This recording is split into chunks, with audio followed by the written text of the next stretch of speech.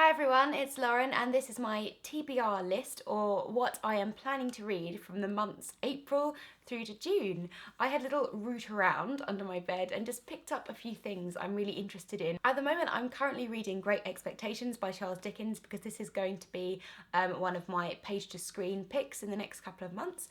But I've really been finding it quite hard going. I've got into a bit of a reading slump recently, and I think that's to do with reading a lot more non-fiction, it all close together, which I haven't done for a long while, and also just reading some pretty heavy going books.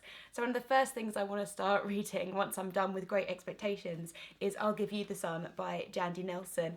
I picked this up at Jen Campbell's house because she had a whole pile of books that she was getting rid of, and I was just like, I'll have this. I read The Sky Is Everywhere last year and I just found that to be really nice and a really fun, easy read, and I just really fancied something of that ilk, and I've heard that I Give You the Sun is better than The Sky Is Everywhere, or at least I feel like people seem to really love this book.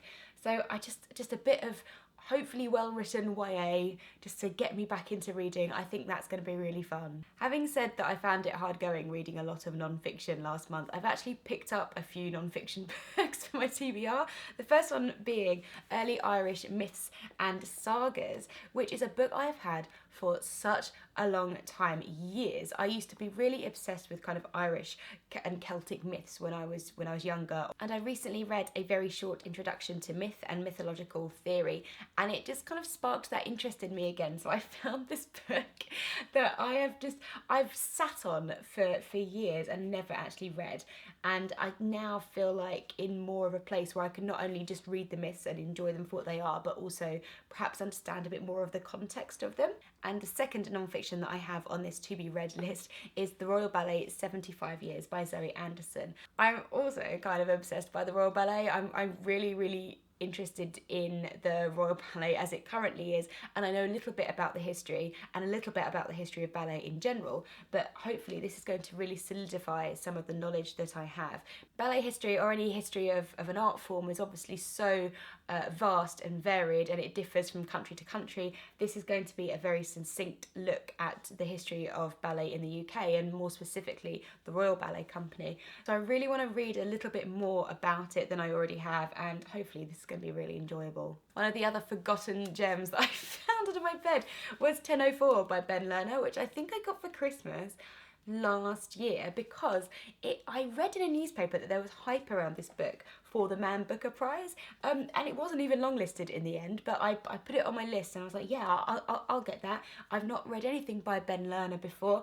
I don't even know who Ben Lerner is, and if it was on like the top 10s of all the Waterstones I'd gone in, and I just picked it up. This is about an author who has just published their first book and had tremendous success, and now is kind of struggling with the aftermath and other things that are going on in his life. And the article that I read about this book is that it's actually fairly autobiographical, because Ben Lerner's previous book was a great literary success and this is his second one. Not autobiographical, I'm sure, in terms of the plot, but the kind of situations that his narrator finds himself in. So I'm really interested to read this. I have been interested to read this whole time. I don't really know why I've been putting it off for so long. I'm also looking forward to getting to A Whole Life by Robert Seathaler, which was sent to me by Pan Macmillan. This is about a man who's lived his whole life in a mountain valley, and it talks about his relationship with the landscape. That's kind of all I know about it, but I just find that really interesting. I am going to be going on holiday to the Lake District in the north of England in July, and I just love walking. I love the countryside, I love hills and mountains, and so I think this is going to be a really nice read, even though I don't know too much about it.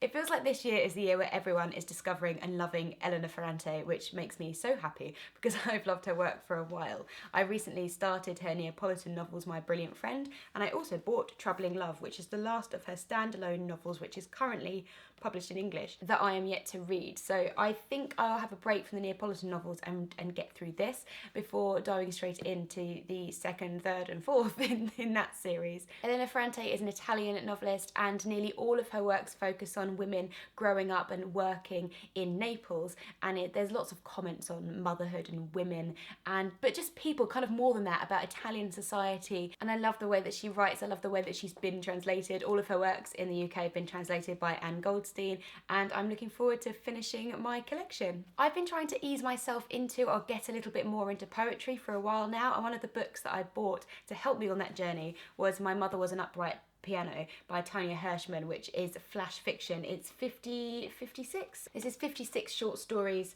very, very short, and this I feel is going to be kind of a bridge between short story collections and poetry for me. So I just thought this was a really cool, really interesting title. So I think these are going to be really fun to read.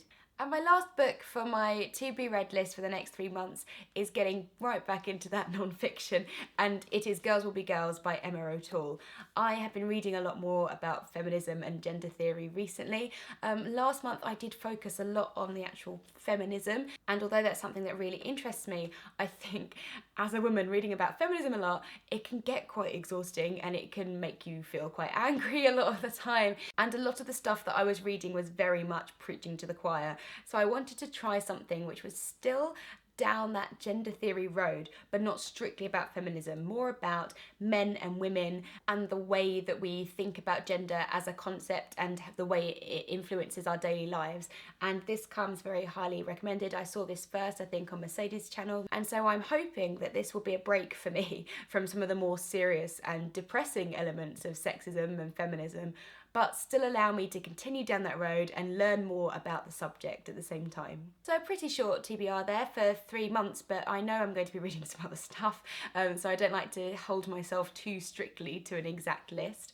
I'd love to hear from you if you've read any of these books already. I'd love to get some more recommendations, and I will see you in my next video.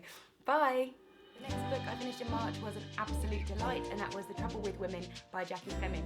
This is it's not really a graphic novel, other than it's kind of a series of comics and illustrations about women's place in history, what has been said about women historically by real people, and also a very sarcastic, witty look at why women are not as good as men.